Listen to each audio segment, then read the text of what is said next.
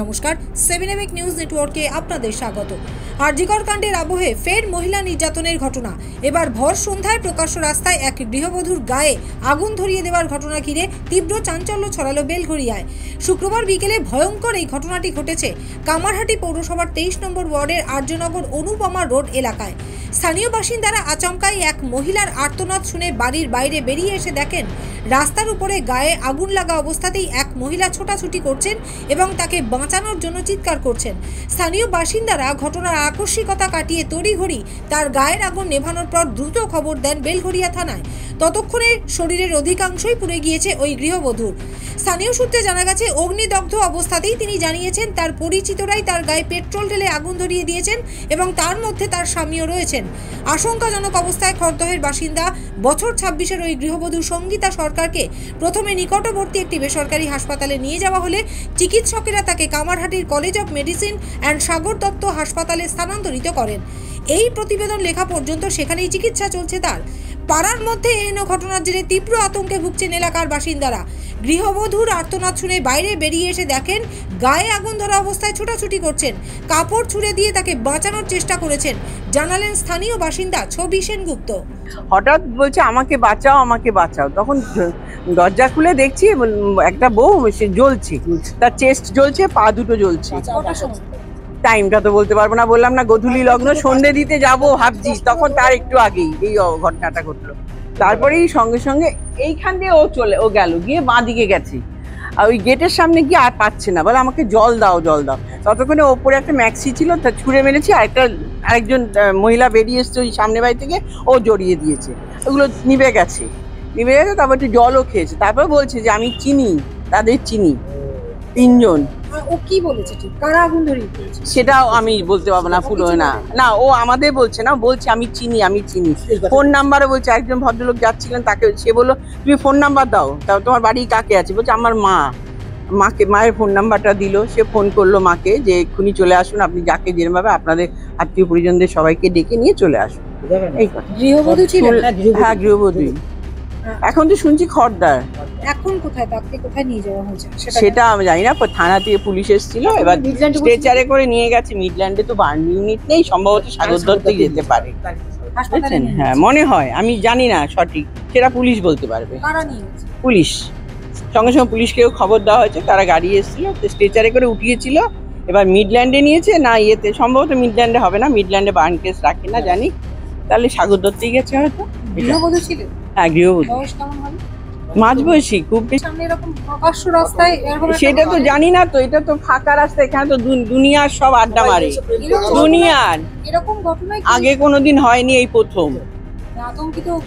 সে তো আতঙ্কিত হবই, তাই না? এখন নিজেরাও তো ঘর থেকে বেরোতে ভয় পাচ্ছি যে কি করব, সবাই তো অফিস কাছারি করে, এবার আমরা একা থাকি, কে যে কখন কি করবে তা তো বুঝতে পারছি না। আমরাও তো ভয় পাচ্ছি, জীবনে কোনোদিন হয়নি। এখানে তো দলে দলে সব এখানে ঘুরবে, পুকুর পাড় আছে এখানে ওখানে, জটলা সব, বলা যাবে না, এখনকার ছেলে মেয়েদের তো কিছু বলা যায় না, উল্টো পাল্টা কথা বলবে। উনি আস্তে আস্তে এগোচ্ছেন, আর পুরো দেশটা জ্বলছে, নিচটা জ্বলছে, এগোচ্ছে। আরেকটা ছেলে আসছিল ওদিক দিয়ে, সঙ্গে সঙ্গে সে কি করেছে, ওই ইয়ের থেকে জল এসছে, এরকম চাপাচ্ছে। আমি ওপর থেকে ম্যাক্সি ছিল, আমি এটা দিয়ে গায়ে চাপা দিই। হ্যাঁ মেয়েটা কথা বলছে, পুরোপুরি বলছে, পুরোপুরি বলছি, এবং চেনেও সে কাকে কি করেছে, সে ওর নাম বলে দিয়েছে। আক্রান্ত গৃহবধূকে হাসপাতালে পাঠানোর পাশাপাশি ঘটনাস্থলে পৌঁছে স্থানীয়দের সাথে কথা বলে এবং এলাকার সিসিটিভি ফুটেজ খতিয়ে দেখে ঘটনার তদন্ত শুরু করেছে বেলঘরিয়া থানার পুলিশ। একেবারে প্রকাশ্য রাস্তায় এভাবে এক মহিলার গায়ে আগুন ধরিয়ে দেওয়ার ঘটনায় হতবাক এলাকার মানুষজন। হাসপাতালে নিয়ে যাওয়ার সময় স্বামীর উপযুক্ত শাস্তির দাবি জানিয়েছেন আক্রান্ত গৃহবধূ। শুনুন স্থানীয় ক্লাবের সম্পাদক সুব্রত আচার্য কি জানালেন। খুবই ভয়ানক। আমরা যখন পৌঁছালাম, মহিলা আর্তনাদে চিৎকার করছে, বলছে আমি আর বাঁচবো না, আমার যে আমাকে করলো তার আমরা শাস্তি চাই। আমি জিজ্ঞাসা করলাম আপনাকে কে করলো, আপনি বলুন। তখন আমি পুলিশ দেখে দিয়েছিলাম, সঙ্গে সঙ্গে পুলিশ না হলে মানে হসপিটাল তো নিয়ে যাচ্ছে না, তুলছে না, বলছে তো পুলিশ কেস নেওয়া যাবে না। তো পুলিশকে আমি সঙ্গে সঙ্গে ফোন করলাম, পুলিশ এলো, পুলিশ নিয়ে এসে মিডল্যান্ডে নিয়ে গেলো। পুলিশ যখন নিয়ে গেল, আমি তখন পুলিশকে বললাম এক্ষুনি রেকর্ড বয়ান করুন, নাহলে এই যদি কিছু হয়ে যায়, মরে যায় বা কোনো একটা ইনসিডেন্ট হয়ে যায়, তাহলে কিন্তু তথ্যটা পাওয়া যাবে না। আপনি এক্ষুনি ওর ইয়ে করুন, বায়ান রেকর্ড করুন। সঙ্গে সঙ্গে পুলিশ ওই ভিডিও রেকর্ডিংটা করেছে। তো তাতে করে ও বলছে যে ওর স্বামী নাকি এসেছিল, সঙ্গে আরো দুটো ছেলে ছিল, এসে ওকে জড়িয়ে ধরে পেট্রোল ঢেলে দেয় গায়ে, দিয়ে আগুন লাগিয়ে দিয়ে চলে যায়। আর বলতে পারছে না কিছু, এত চিৎকার করছে ও বাবা গো মরে যাচ্ছে, আমি মরে যাচ্ছি, আমাকে বাঁচাও, আমি আর বাঁচতে পারবো না, আমি পারবো না, মরে যাবো, আমি মরে যাবো, আমাকে বাঁচাও, আমি আর সহ্য করতে পারছি না, এত আর্তনাদ করছে। তখন এই মহিলাকে আমরা ন্যাচারালি আগে হসপিটালাইজড করবারই চেষ্টা করবো। তো অত তথ্য তখন তো ওর সঙ্গে অত কথা বলা যায় না, কি কি বৃত্তান্ত, কারণ সেই জন্য পুলিশ আছে, পুলিশ জিজ্ঞাসা করবে। আমাদের কাজ ছিল যত তাড়াতাড়ি ইয়ে করা যায়, কিন্তু সে নিকটতম নার্সিংহোমে আমরা হসপিটালাইজড করলাম, কিন্তু ওখানকার ডাক্তারবাবু দেখে বললো যে 90% বার্ন, আমাদের বার্ন ইউনিট নেই। হ্যাঁ, আমাদের বার্ন ইউনিট নেই, ইমিডিয়েট আপনারা সাগর দত্ত হসপিটালে নিয়ে যান। তো পুলিশ সঙ্গে সঙ্গে ওটাকে রেস্কিউ করে ওনাকে সাগর দত্ত হসপিটালে নিয়ে গেছে।